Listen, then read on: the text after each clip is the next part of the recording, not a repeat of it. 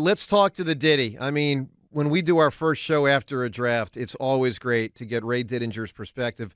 We'll also talk some Sixers hoop with Ray. He's seen a lot in Philly sports, but this is an all-timer with how this team always – Ray, they always let us down. Good morning, sir. Good morning, Joe. How are you and John doing today? You know, Ray, 1983 was a long time ago, man. I mean, it's almost impossible. It's almost impossible to make only one conference final in 41 years. Yeah, you're right. Yeah, you look around the league and you look at the way the league is set up right now. Yeah, that's hard to do. I mean, especially when you had in that time, you had Allen Iverson, you had Charles Barkley, and you had Joel Embiid. You know, I mean, you had the tail end of Doc and the tail end of Moses. But, I mean, for the bulk of those years, of course, you had your years where, like, Dana Barris is your best player. But, like, you had Barkley, Iverson, and Embiid, and you've gotten in the conference finals once. Anyway, all right, Ray, let's start Sixers. We'll go Eagles. What is your assessment with what we're seeing with the 76ers and what it means? They're just not a well-constructed team. They've got one truly great player and another really emerging star in Maxey, and then beyond that, nothing much. And that's what's really hurt them. I mean, going into the series, my view of it was, Embiid's going to kind of do what he does, and Maxey is going to do what he does. But the Sixers are not going to win a 7-game series against a really good, deep, solid, tough defensive playing Knicks team with just two players. They had to find a third real scoring option that when teams start collapsing on Embiid or doubling down on him and he goes to kick the ball out to somebody else, that somebody else can do something with it. And they haven't found that yet, And then yesterday it was just pretty obvious that with Embiid playing the entire second half, he was just totally out of gas in the fourth quarter. Yeah. And, Ray, have you ever seen a player like this, like to this degree, a player who gets in and out of shape with this level of it's so pronounced? Like, I've been around a lot of athletes in my life, but none of them were 7'2". Why is it? Why is it that it just seems so much more pronounced with Joel? Like the fall out of shape is so much farther. Yeah, well, it's just I think it's sort of it's across the NBA the way the regular season that they play in the NBA or the way they approach it is you can actually get out of shape during the season with the way they handle players, with the way they practice and the way they take games off, and nobody plays back to back anymore. And the old days of guys playing every game and playing 40 minutes pretty routinely and not thinking anything of it, that's long since passed. And now it's really true. I mean, you watch an NBA team now over the course of a season, it seems antithetical to say this, that guys could actually get out of shape during an NBA regular season, but the way they approach the regular season, I think they can. Wow. And that's and then all of a sudden now you get to the playoffs, and now you ratchet it up, and you're asking them to play more minutes, and guys are playing harder at both ends of the court, and it's a physical game. It's not just the up and down funsies game that they played during the regular season. Now they're out playing for real. They are. And they aren't prepared to do it. Ray, we're going to go deep dive with you on the Eagles in just a moment, but I want to ask you first today's Twitter poll question of the day. It's sponsored by Armin Chevrolet. Let Armin Chevy be your electric vehicle dealer. Arriving shortly, the all-new Ultium-powered Chevrolet Blazer EV. Together, let's drive. ArminChevy.com. Ray, the poll question. Fascinated to know your answer. Who's more to blame for so many Knicks fans being at Games 3 and 4 in Philadelphia? Sixers fans or the Sixers organization? Now, before you answer that, let's listen to Joel, very frustrated after the game about all the Knicks fans that were there. You guys have always had such great home court advantage here. How strange was it for you the past two games with the significant amount of Knicks fans in the house? Disappointing. I love our fans. I think it's unfortunate, and I'm not calling them out, but it is disappointing. Obviously, you got a lot of Knicks fans, and they're down the road and never seen it. And I've been here for 10 years. Kind of pisses me off, especially because Philly is considered a sports town. So, they've always shown up, and I don't think that should happen. it's not okay.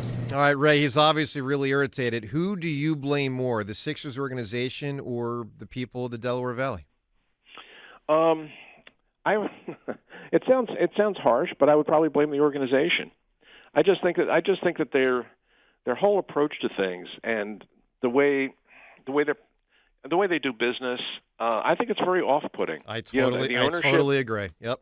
Yeah, I mean, the people can't relate to the ownership. The ownership doesn't seem to want to care to relate to them. The fans have been, and you just, when we began the segment with you pointing out how long it's been since this team made a run to the finals, the fans here don't have any real reason to believe in the team. The ownership hasn't given them any real reason to love the team. And you get a series like this where you got people that have got their tickets, but, there's people in New York that are willing to pay them a lot of money to come down here and come to the game. And the fans are looking at it and saying, this team isn't going anywhere. So what the heck? I'll spend a nice Sunday with my wife and we'll sell the tickets and make some money on it. I just think there's a distance between this organization and the fan base here that is greater than we see with any of the other teams. And I think it was reflected in what you saw and heard yesterday. I totally agree. All right, Ray, let's go Eagles. Obviously, they have a close association with the fan base. Disappointed end of the season, but some revitalization with the draft, at least the way a lot of people perceive it. How do you perceive it? Just the big picture, Ray Didinger, draft sense of what Howie did. What'd you think? Really good. Really, really good. I give him very high marks. To come away from this with, not one, but two. I'll tell you straight up. The two cornerbacks he got were my two top cornerbacks. Wow. I like Mitch. I liked on my board. I had Mitchell and Didinger over both of the Alabama kids. That's they were outstanding. to me they were cornerbacks 1 and 2, and to come away from the draft with both of them, I thought was masterful. I really did. I mean, I would have been. My original thought going into it, and this was particularly true after Indianapolis, after the Combine, when Mitchell went out there and just blew the doors off. He was a superstar. He was really good. He was really good at Mobile at the Senior Bowl. That was where people really started to believe in him when they saw him playing and practicing against the other elite receivers. They had seen him play. They had seen him on tape in Toledo playing MAC receivers. But everybody was waiting to see what he would do when he went to the Senior Bowl and had to play against the best receivers. And it turned out that this guy's for real. I mean, he's like for real. Yeah. And then it was, okay, let's see how he goes. Let's see how he does when he goes to Indy and tests there. And he goes to Indy and runs 4.33. So after all of that, I mean, I had him penciled in to be somewhere between a 10 and a 14 pick. I mean, I thought he was going to go there. So to me, he was the guy I thought. To me, he would have been my target if I were the Eagles. I'd say he's the best of the bunch. That's my greatest need. That's the guy I want. The problem is, no way in hell I'm going to get him at 22. I'm going to have to trade up. And okay, we got an extra second-round pick. Maybe we can pull that off. That's what I thought. And so to get him at 22, and then be able to maneuver around and get Didinger in the second round. I would have taken Didinger at 22. If Mitchell was off the board, I mean, Didinger to me is a good enough prospect. I would have taken him at 22 and been happy with that. But to walk away from this with both of those guys, I mean, was a major coup for Howie. And then Jalyx Hunt, how far does he have to go improvement-wise to be a viable pass rusher, Ray? And I'm fascinated by the fact that this is a guy who played safety, and I'm wondering if when you watch him play, if you can see unique safety remnant traits that others might not be able to pick up on as this guy's crashing the edge. And, Ray, let me add a follow-up question before you even answer that. Is it too early in the draft in the third round for a developmental player? Is that too early for this guy? That's my feeling on it. I mean, if I had, and it's, I certainly don't want to be critical of Howie because I thought he did a tremendous job this weekend overall. I mean, to get those two guys at the top of the draft, then to do all the maneuvering around that he did, and come out of it with 3 extra picks for next year. I mean, it was really something. I mean, he really put on a show. But if you were to say to me, okay, what's the one thing that you might criticize, or the one thing that you might have looked at and said, I don't know about that, it would be Hunt. And not because I don't think he has the prospect of being a good developmental player and being a guy who could help you down the road. I just thought he was a reach where you got him. At third round, I just thought, those kind of guys, those developmental kind of guys, which is really what he is, and even Howie used that term. He's a developmental guy. I'm going for those guys on day 3. I thought that he represented a reach. But okay, what he really is, he's a very impressive quote unquote athlete. He's got really good size. He tested really well.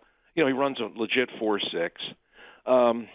But he right now, you look at his college background, he played mostly at Cornell, and he finished up at this tiny little school, Houston Christian, who plays basically nobody.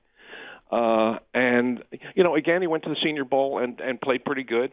I think what helped him there was when he was playing in college, he played in a stand-up stance and a wide 9 defense. And it was a pretty unstructured thing where they just kind of let him play. And he was just so much better than everybody else on the field that he could kind of do what he wanted to do and get past and get on the quarterback anytime he wanted to because there was nobody there going to block him. But I wasn't sure if that was going to translate to the NFL. But when he went to the Senior Bowl, they actually put him in a 2-point stance and played him like a situational pass rusher, a guy who wouldn't be an every down player, but a guy who would be a sub package player that would come in passing situations and be that one of those designated edge guys. And he looked pretty comfortable doing that, to be honest.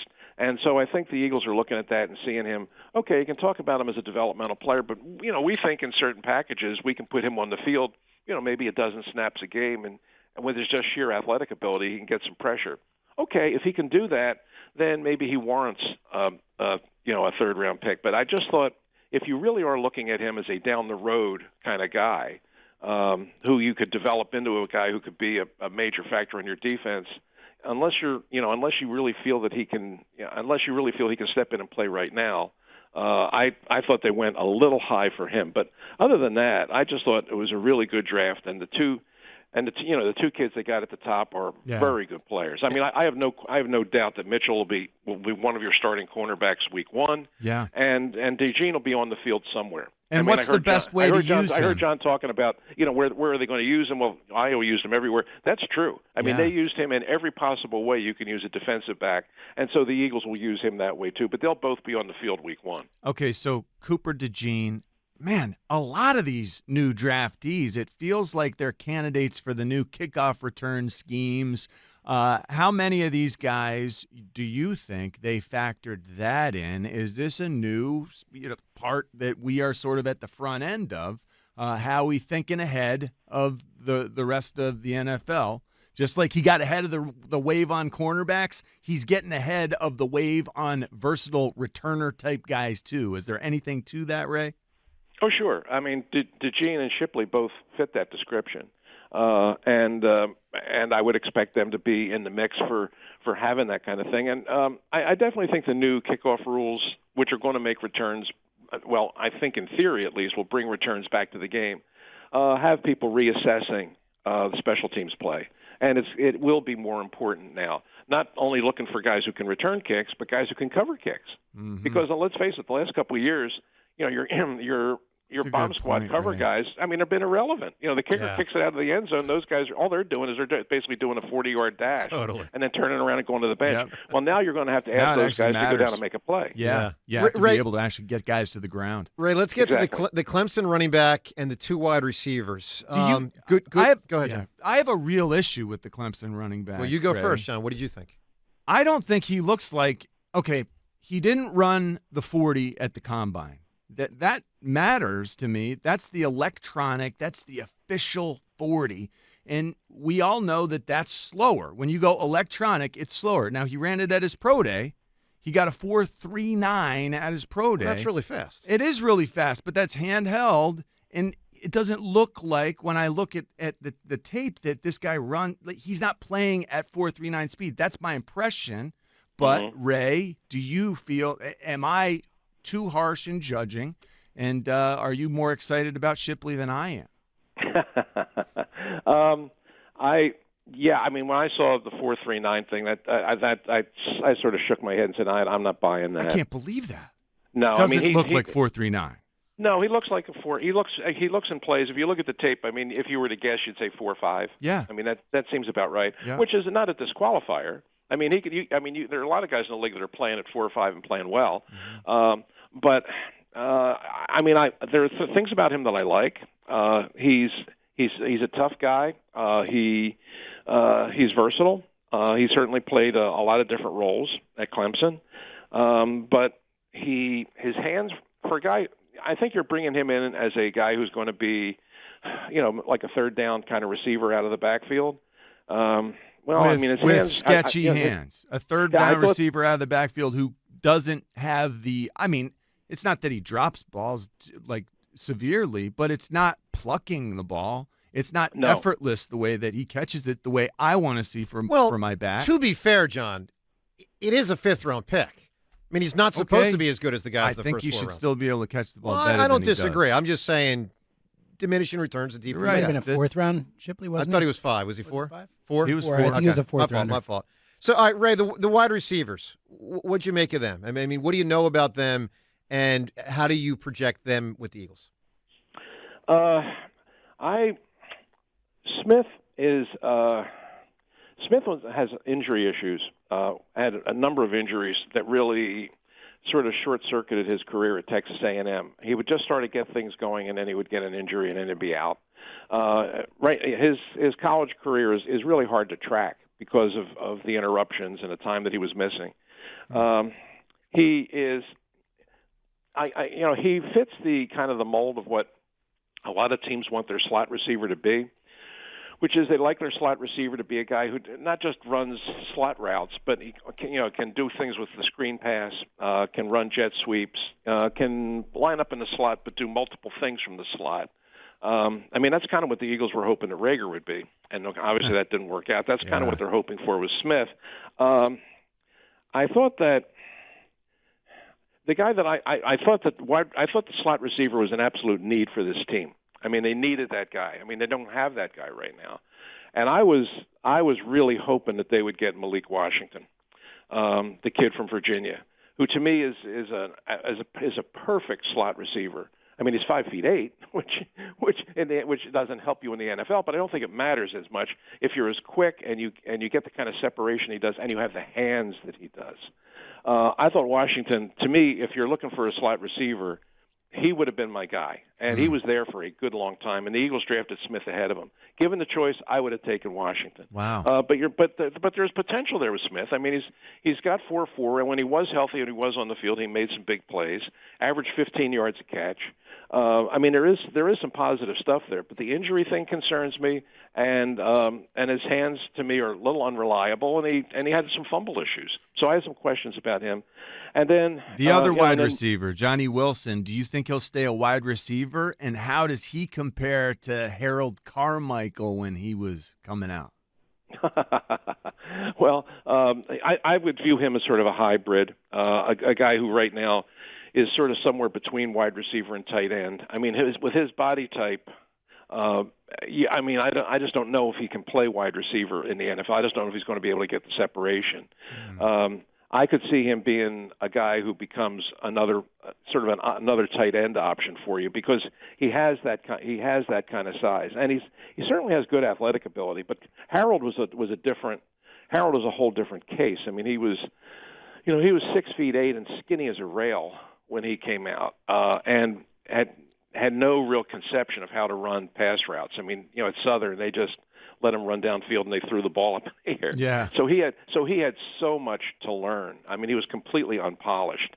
But they were patient with him, and and when he got together with I'm sad to say the late Roman Gabriel now. Yeah. He really emerged as a great receiver, and now he's a Hall of Fame receiver.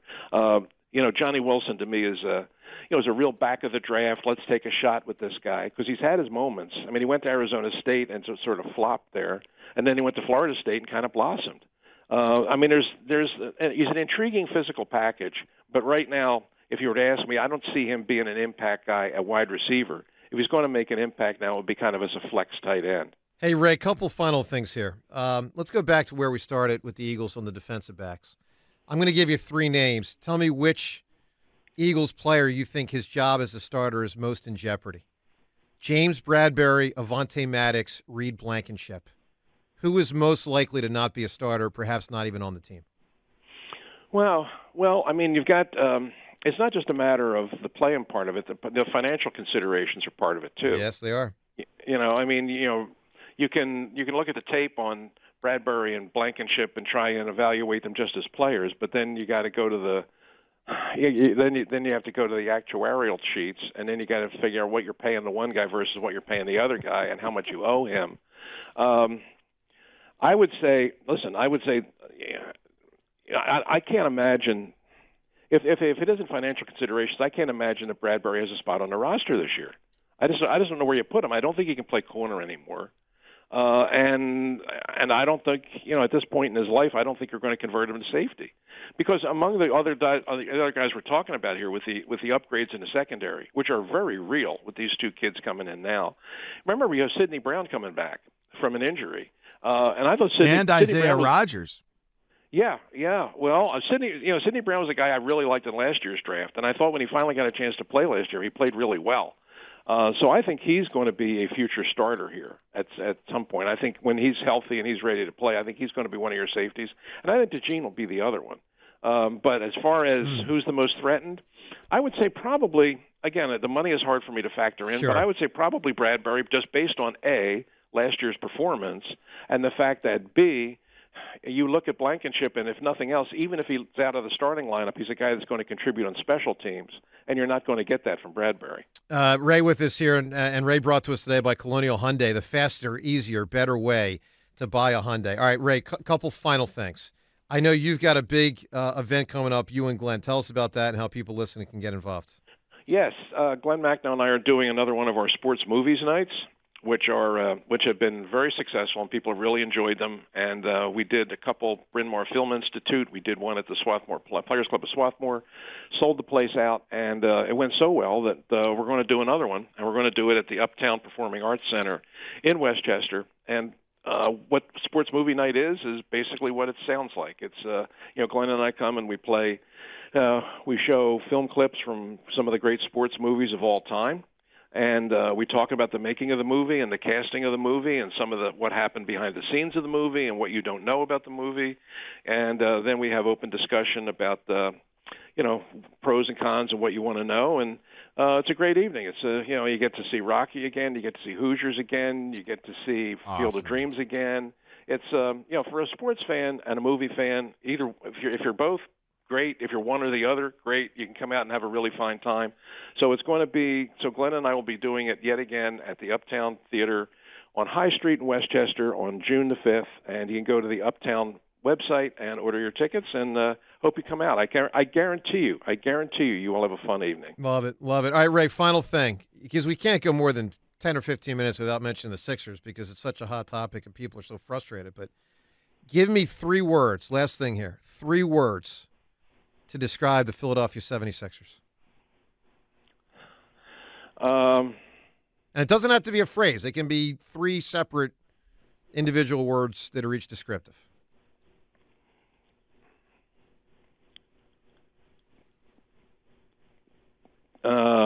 I got maddening, but it sounds like you're struggling to come up with one. But you're you're digging in, Ray. I appreciate it. All right, floor's yours. Floor's still yours. What do you got? No. Disappointing, frustrating, and I'll go maddening with you too. You got it, Ray. I wish I could come up with something that would be quasi-positive, but after watching what happened in that fourth quarter yesterday, it's next to hard. Inconsistent is quasi-positive because it implies that sometimes it's good, just not when we need it to be. There's also these 3 words, and this would be a phrase: not good enough. How about this? We almost don't have to watch them anymore. Is that positive? All right, Ray. We'll get you in studio here soon for a deeper dive on all this, and so totally appreciate you carving out some time for us today. Thanks, Ray. Always a pleasure. Talk to you guys. There Bye-bye. he is, the Hall of Famer, Ray Didinger. All right, up ahead here, Jeremiah Trotter Sr. and Jeremiah Trotter Jr., what they said upon Jr. being drafted, the younger Axeman. We'll get to that audio, plus, I don't know, a ton. The Phillies kicking butt, and a tweet I saw over the weekend. While it stinks to say it, it's accurate, and I got to read it to you. We'll get to that and more up ahead. Plus, a great Cooper DeJean, one of the national publications loves him. We'll get to that as well. Joe DeCamera and John Ritchie on 94 WIP.